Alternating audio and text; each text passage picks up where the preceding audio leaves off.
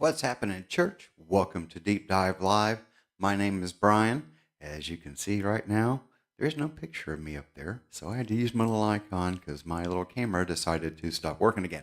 But that's okay. We're just going to keep right on moving along here.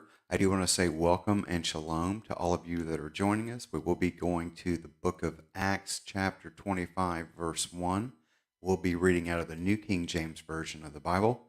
Pretty sure I say that wrong almost every time. It's what's on the screen. And then we will be using the blueletterbible.org web-based service. They do have apps for your phone or mobile device. They are free and not sponsored by, but definitely appreciated by yours truly. So as this is a ministry, believe it or not, then I do want to let you know if you ever have a prayer request, question, comment, anything like that, feel free to send that through the normal channels. If it's something that's a little bit more personal or more involved, you can send that to me directly at tgikquestions@gmail.com. So as is our habit, we will go to the Lord in prayer before we get started, and then we'll jump in here to the latest trial that Paul is up for. Dear Heavenly Father, I thank you and praise you for the day that you've given us. Thank you for the opportunity to come forward and study your word once again. Lord, I pray that you'd help me as we go through this section. As always, Lord, to be focused and to be brief. But more importantly, I pray that you'd help me to bring forth something that might help someone, that might strengthen their faith, help them to draw closer to you, or just question. And I thank you and praise you for all that you've given. Thank you for all that I've learned through these lessons. And I pray that you'd help me, Lord, to continue to do my best to pass that along. I thank you for all the blessings that you've given, Lord. There have been so many, it's nearly embarrassing. And I know it's only through you that those things come my way. And I thank you and praise you when you ask you all these things in the name of your son, Yeshua. Amen. All right, gang, so we're going to go ahead and jump over here into the book of Acts, chapter 25. We're going to be starting at verse 1. Now, if you get caught up, Felix was removed from his position, and he was replaced by Festus in the Roman government. And so because Felix wanted to do the Jews a favor, he had left Paul in prison to be tried by Festus. So now here we are picking up where Festus is coming in. He's kind of like, examining the guard, as it were. He's checking the place out. He's seeing what the province is like. And it says, now when Festus had come to the province after 3 days of checking out the province, he went up from Caesarea to Jerusalem. And it says, and then the high priest and the chief men of the Jews informed him against Paul. So as soon as they saw him, they started blathering about the issue that they had with Paul. And they petitioned him, asking a favor against Paul, and asking that they would, that Festus, I keep wanting to call him Felix, he trying to get Festus to summon Paul to Jerusalem. Why? Because they went back to their, tried and true test plan of having a butt ton of people willing to not eat or drink to kill this guy. And so what they were going to do is on the road from Caesarea to Jerusalem, they would, in Scripture, and Luke says, well, they lay in ambush along the road to kill him. But Festus, apparently not aware of this, but Festus answered them that Paul should be kept at Caesarea and that he himself was going there shortly. So he's like, look, guys, I'm not bringing him down here. I'm going to where he's at. So just hold your horses, keep your pants on, and I'm going to head up that way. We're going to take care of it. And he says, therefore, he said, so he's basically talking to leadership. He's like, look, whoever you've got that you want to send to talk, that's who they need to follow me, go with me, but to Caesarea, and then you can accuse him, because you have to be able to, again, under the Roman law, you had to be able to stand before your accusers and give a justification for your deeds, actions, words, whatever, just like we have in American law today. It's where we got it from. And so basically what Festus is saying is he's going to get a trial. So I'm not doing you a favor. I'm not dragging him all over creation. He's going to get a trial just like everybody else. 25:6 says, and when they had remained among them, Festus had remained among them more than 10 days.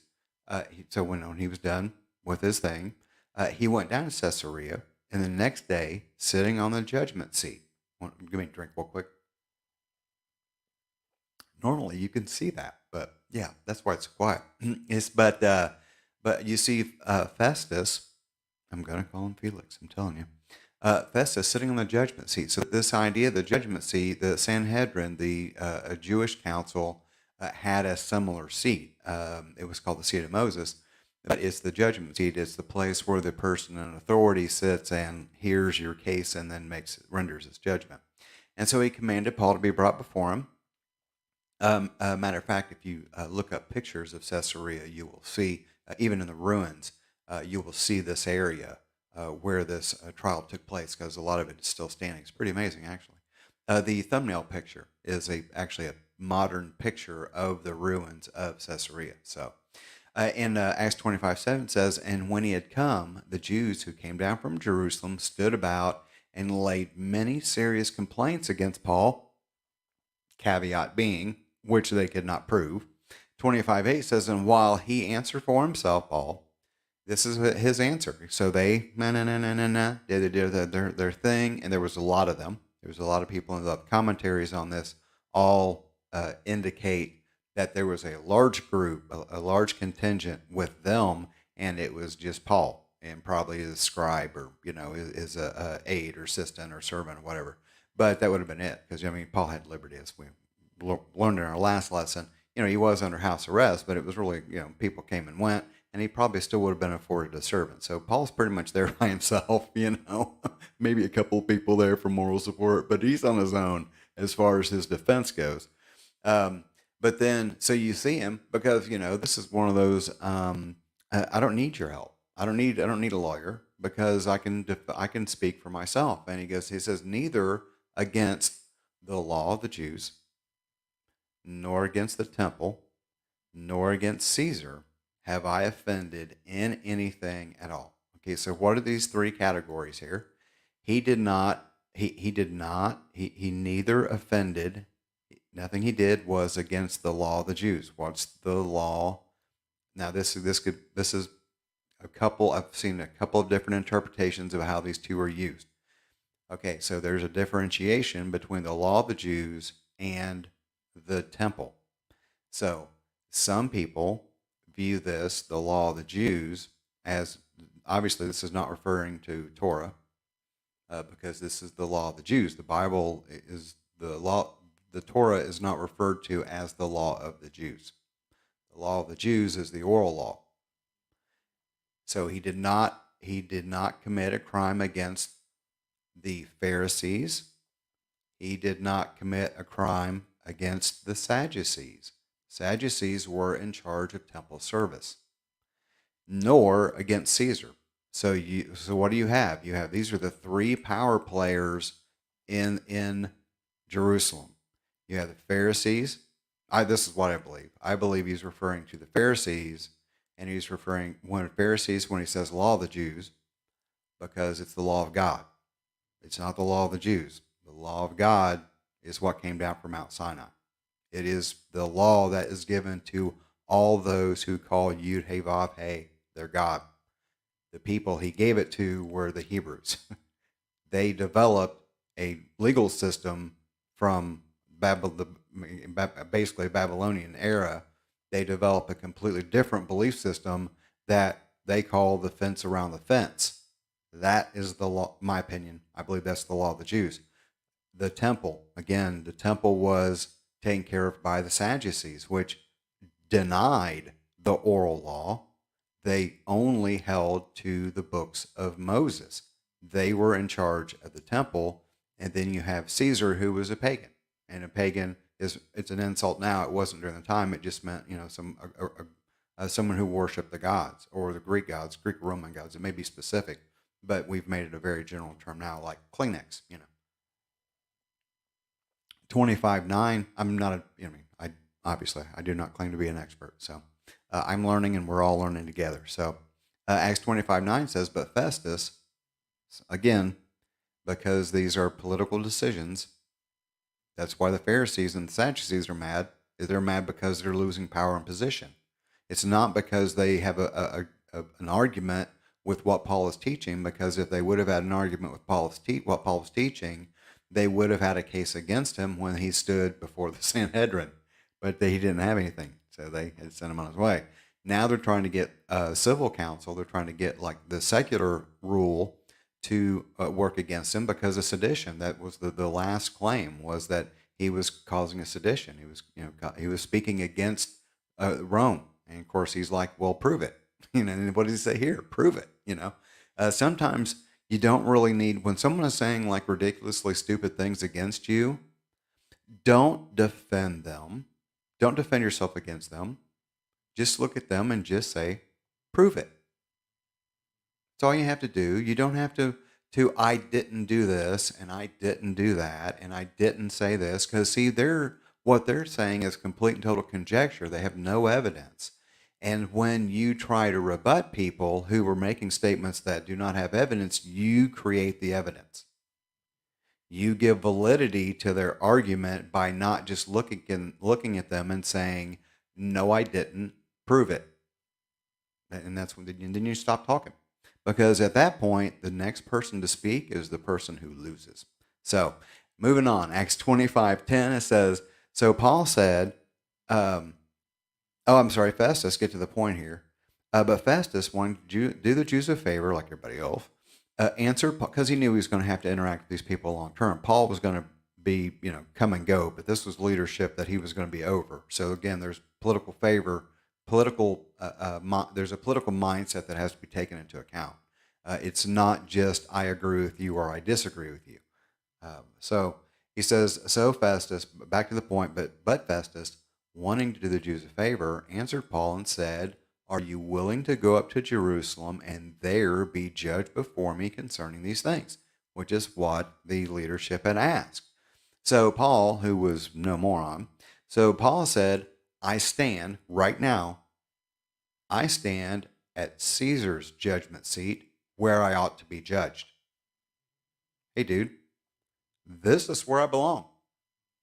I don't belong in Jerusalem because they don't have anything against me. They've had multiple opportunities to cast aspersions against me, and they've not been able to do it. So this is where I belong now. It says, to the Jews I have done no wrong, as you very well know. Now, how would he have any information about this case? Well, in all lot, because it was a carried over case, and again, our legal system is based on their system. Because this information would have been carried over, there would have been a written document that would have said, hey, this is Paul of Tarsus, probably, whatever name designation, that Shaul. Well, actually, they did it in Greek. It would have been, it probably would have been Saul. Of Tarsus, these were the charges laid against him. These were the charges laid against him. This was his defense, and he was remanded to custody for your judgment. And he would have, and there would have been particulars. There would have been minutes. There would have been not necessarily to that degree, but shorthand was, they kept notes. They were able to do that. Shorthand was a major skill set and employed on a daily basis through all these areas. The amount of documentation that they had was really surprising, considering the fact that there was a huge swath of most populations that was illiterate. But until you get into Israel, which because the ability to read the Bible was an important part of Jewish life, and so that's why they were so educated. And to this day, they're extremely highly educated group of people, because of the importance always put on education, because you need to know what is going on. And so Paul, who knew what was going on, he says, I did no wrong. And he says, for if I was an offender, if I had broken the law, or if I committed anything deserving of death, so if I did something wrong, or if I did something so wrong that I deserved to die, then I don't object to dying. But there is nothing in these things of which these men accuse me. No one can deliver me to them. So this is a very polite, you do not have the authority to do this statement to Festus. He is saying to Festus, I understand Roman law, and because there's been no evidence brought before here, there's no reason for you to extradite me to another town. I'm here before you now. You can judge me now. If you don't want to judge me now, then I will use my legal right, which is to appeal to Caesar. So then, when Festus had conferred with the council, so he talked to all of his people that were there to help him out, and he says, "Guess what, dude? You get it." Like kind of like the children of Israel in the wilderness when they walked around and they kept saying, "Oh, I wish we were dead. Oh, I wish we were dead." And eventually, God's like, "All right, there you go. 40 years, you can all die off." So it's this is the if this is what you want, this is what you get. Now I don't want to like get ahead of myself, but I think a lot of us know where this ends up. But what it does do, again, I like using somehow. I don't know why I like using the Samson analogy, but this is someone. This is another incident, another picture where you see someone uh, called of God to do a work that the last things that they do, or the last thing in Samson's case, the last events of their life are the most impactful, and they have the most lasting effect. And so, it ain't over till it's over. So, all right, gang, thanks for stopping in. Sorry about the camera. Like I said, no real idea what's going on there. But, it's you don't need to see my face anyway. But I did shave. So, unfortunately, I need to replace my thumbnail because, well, no, I shouldn't because in 2 months I'm going to look like that again. So never mind. I'll just leave it up there. I'm a guy. I'm too lazy to change that. Everything I own has holes in it. So yes, I am a dude. That's how you know. Is if everything you own has a hole in it, then you're definitely a dude. All right, guys. Thanks for stopping in. I love you very much, and I do want to leave you with the final closing thoughts that we do with every one of these videos, except when I don't. Read and pray every day. If you never learn anything from this channel, please learn that. We believe our walk with the Redeemer is based on a relationship, and you can't have a relationship with someone who you don't communicate with. Read and pray every day. All right, guys. I love you so much, and I will see you tomorrow night, 6 o'clock, maybe even with a camera. All right. Bye, guys.